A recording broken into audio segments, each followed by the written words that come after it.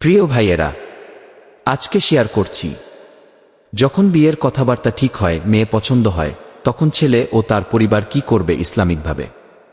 প্রথম কাজ হলো ইস্তিখারা করা। আল্লাহর কাছে ভালোমন্দ বোঝার জন্য সাহায্য চাইতে হবে।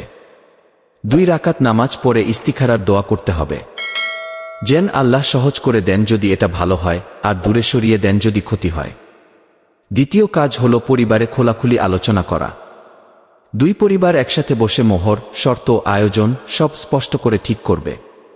কোনো ঝগড়া নয়, মান অভিমান নয়, ইসলামিক শালীনতা ও ভালো ব্যবহার থাকবে। তৃতীয় টিপস, মেয়ের সম্মতি অবশ্যই নিতে হবে। ইসলাম মেয়েকে জোর করে বিয়ে দিতে দেয় না। মেয়ের স্পষ্ট অনুমতি ছাড়া বিয়ে হবে না। রাসূল বলেছেন, কুমারীর নীরবতা সম্মতি গি, তাই মেয়ের ইচ্ছা জানা ফরজ। চতুর্থ টিপস, ছেলে নিজে প্রস্তুতি নেবে। হালাল রিজিকের ব্যবস্থা করবে, বিয়ের খরচ গুছাবে, দায়িত্ব নেয়ার মানসিকতা রাখবে, অহংকার রাগ কমিয়ে দেবে, নিজেকে দিনদার স্বামী হিসেবে গড়বে। পঞ্চম টিপস, বিয়েকে সহজ ও শর্তহীন করবে।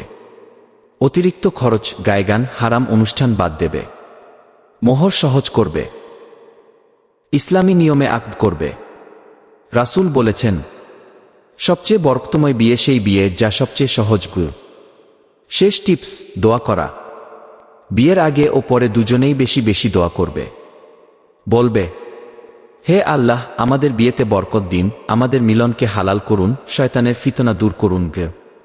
আল্লাহ আমাদের সব ভাইদেরকে হালাল, সহজ ও বরকতময় বিয়ের তৌফিক দিন। আমিন। এরকম ইসলামিক টিপস পেতে আমাদের চ্যানেল সাবস্ক্রাইব করে রাখুন আর ভিডিওটি অন্যদের সাথেও শেয়ার করুন। জাযাকাল্লাহু খাইর।